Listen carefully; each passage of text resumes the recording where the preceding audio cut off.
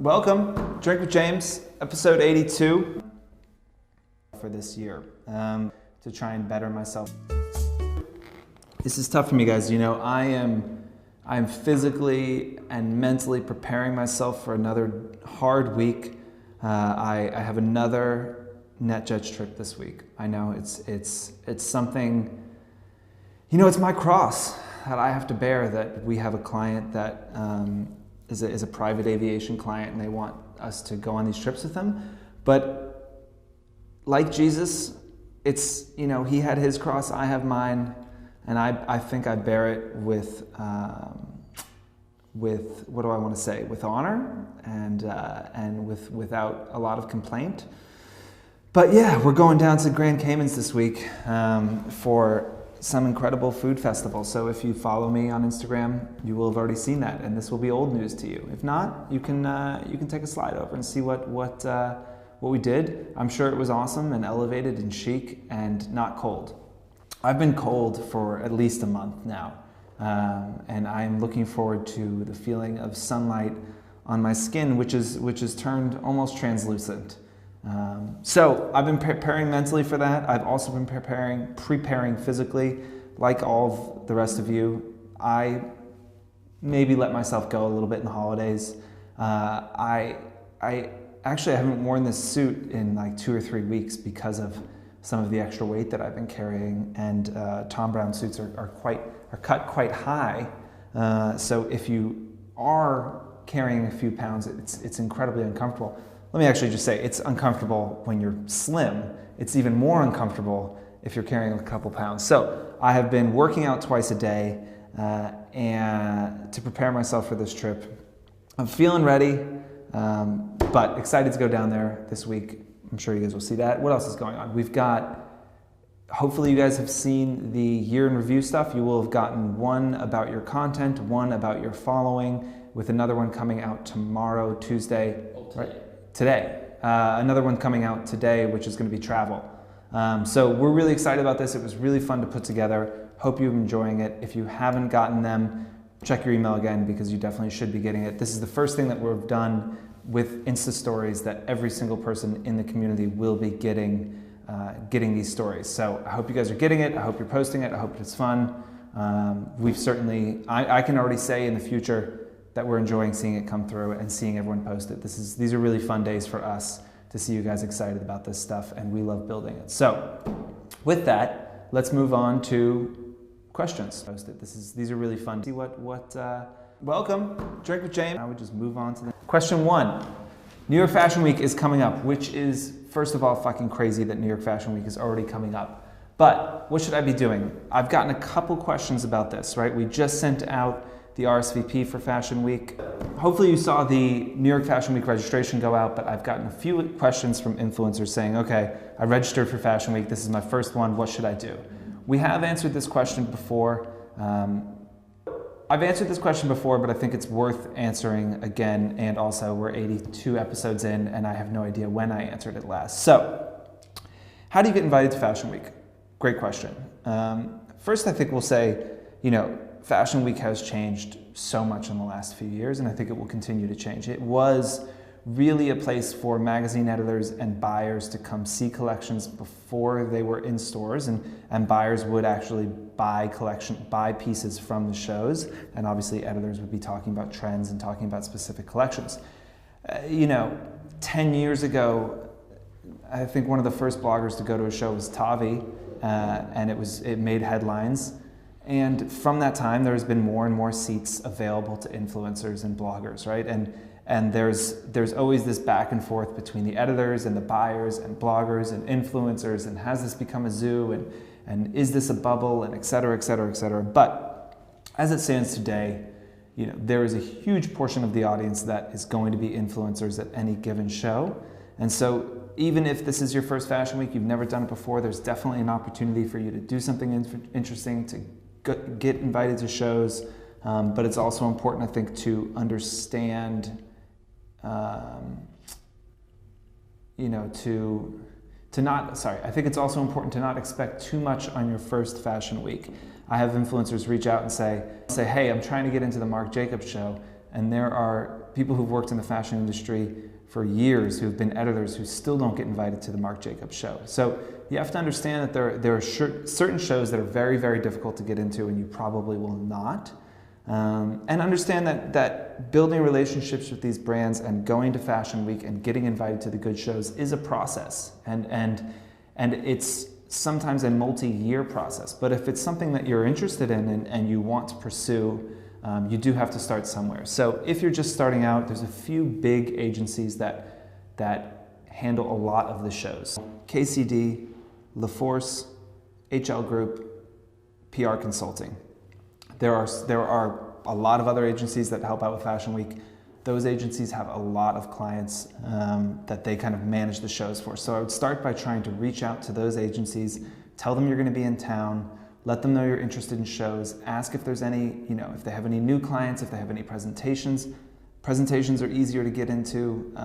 So try and build a relationship with those agencies. Those agencies will be the gatekeepers for the most exclusive shows that you want to go to. And if you can start this season by helping them out, by going to some of their less attended, less desirable shows and giving them coverage, that is a good place to start.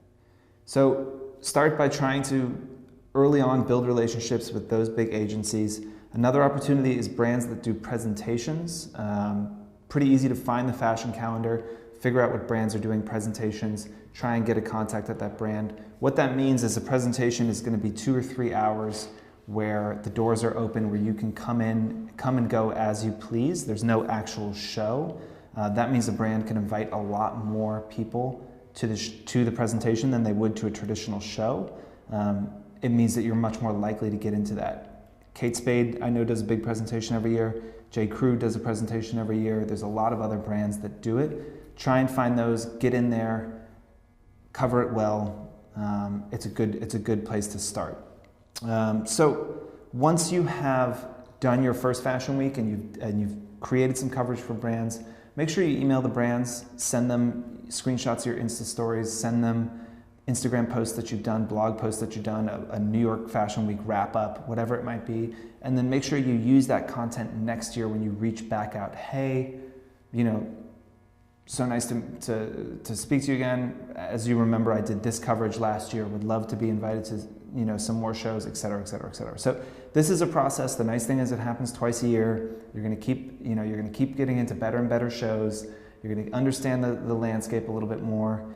Another good thing about getting on the kind of radar of these big agencies is they're also throwing the big parties. So go to the events. Again, try and get to those events early. Cover them on your Insta stories and your Instagram. Send the brand follow-ups. It will get easier and easier every year. Hopefully that answers some of your questions. It's a big week. It's confusing. It's hectic. It should be a whole lot of fun. It really it's a good time. There's a lot of influencers in town. There's a lot of parties happening. Try not to take it too seriously insofar as thinking that if you don't get street styled or you don't get into the best shows, your life is over. It's a really, if anything else, it's just a good time to network, meet other influencers, shoot with other influencers, get to go to some presentations, get to go to some shows, start building those relationships, and who knows, years down the line, you might be at the Marc Jacobs show. So, get to go to some presentations, a good time to network a little bit more, Question. Question says, as a person of color, how do you stand out more with brands when their aesthetic might not fit to include you? Great question.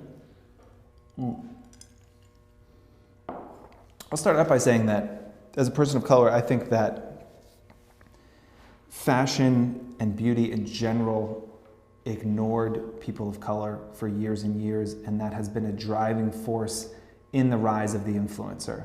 Specifically speak about beauty, that I think the reason makeup tutorials took off so much in beauty in the early days was that traditional fashion magazines ignored people of color, people from different races, people of different nationalities, and when they spoke about doing your makeup, doing a cat eye, doing a smoky eye, whatever it might be, they really just focused on doing those things if you're a white girl, essentially. And so because this group was, this whole group of people were ignored by traditional fashion media, they had to kind of come up with it themselves. So I think that fashion ignoring these groups has been fuel on the fire of kind of helping the influencer space grow, because people that are in the groups that were traditionally ignored look for people that look like them, that face the same, that kind of have the same styles, that might have, again, doing a cat eye is different if you're South Korean or if you're African American, and it's certainly different than if you're, the white girl that Vogue is kind of using to show a tutorial. And so it makes sense that you look to people for advice that look like you, that face the same kind of issues that you have, that kind of have the same style that you do. So there's that. I think that in that way, being a person of color is a strength, because you have a niche that you can speak to. Now, if a brand has not been, in the past, has not been inclusive, if you look at a brand and say, I feel like I don't fit into their aesthetic because of the color of my skin, because of my nationality, I do think that you can look at that as an opportunity to help them open that door, to say, hey, I've noticed that you don't work with, people of color as much as in the past. I love your brand. I think my followers would love your brand. I would love to kind of help tell that story. I think that we've talked about this in the past of using the things that make you different to your advantage. I think this is a great example of that. I say that as, a white man who has no idea what the experience of being a minority is like. And so I take my advice potentially with a grain of salt, but I would think that you could use that to your advantage. And I wouldn't get too hung up on those brands that don't,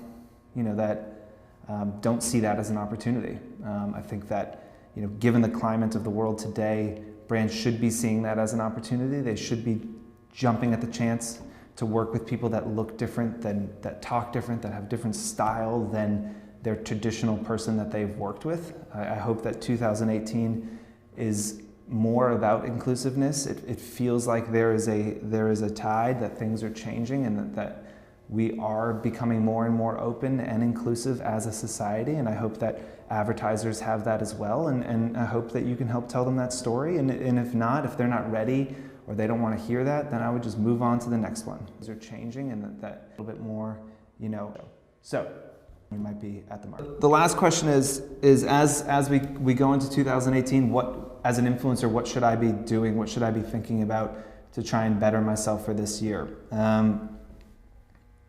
I think, going into a new year, it does offer you the opportunity to kind of look out over the next year and think about what you want to accomplish. And it's easy to say, well, I want to grow from 50,000 to 75,000. I want to work with these brands. I want to do these things.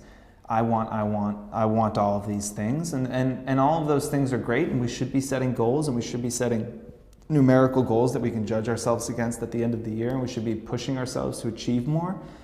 But you also have to think about the things that go into achieving those goals. A lot of time that is learning a new skill, Tim and I were building a presentation today for an upcoming 4U that we have. If you're in New York, keep an eye out for the 4U invite. If you don't get one, message Tim at Fohr, and we'll make sure you get an invite to the upcoming 4U. But we were going through, we were looking at some influencers who are creating this incredible content in it, and we were talking about how not enough people challenge themselves to learn new things that are difficult. It's one thing to say, oh, I want to try and do more video. That's a difficult skill to learn, certainly, but that's just, pointing a phone at yourself and talking potentially is doing video. We were looking specifically at this account of this guy, Quinn, out of London. Tim will throw it up with a link here, but he does some really cool, kind of clever Photoshop stuff. He really pushes himself in his sponsored posts specifically to do something special and do something different.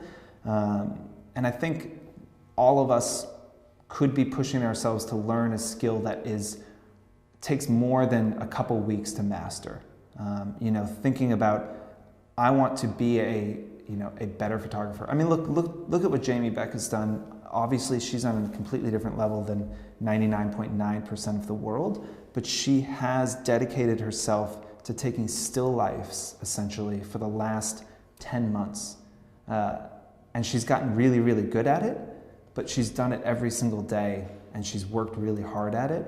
And yes, her first still life that she took, 10 months ago is better than anything I could do probably if I worked on it for months and months, and it was her first try.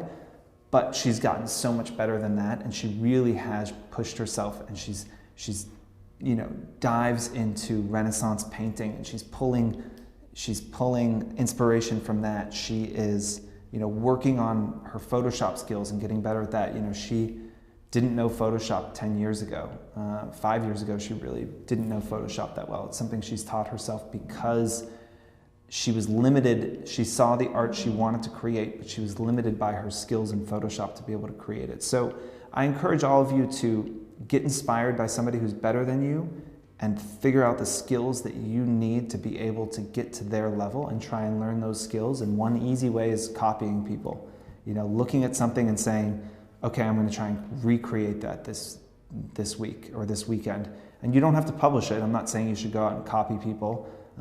If you do publish it, I would say hat tip to this person who I am, trying to learn from, and so I'm trying to recreate this photo. Don't just copy it and don't, give them credit. But push yourself to try and learn a skill that's outside the comfort zone, and that when you look at something, if you could look at a video or a photo and say, I have no idea how they did that, and then you could try and learn how to do that, that's probably a good place to start. Because I look at Jamie's photos and I say, I have no idea how she did that. But if I was a photographer and I wanted to shoot like that, I would work every day to try and recreate it. I could look at, Claire Marshall. Hey, Claire has really great editing in her YouTube videos. I look at it and say, I don't know how she did that. I would figure that out. Start there, see where it takes you. Get better, not just bigger in 2018. Content in it, because I would just move on to the next one.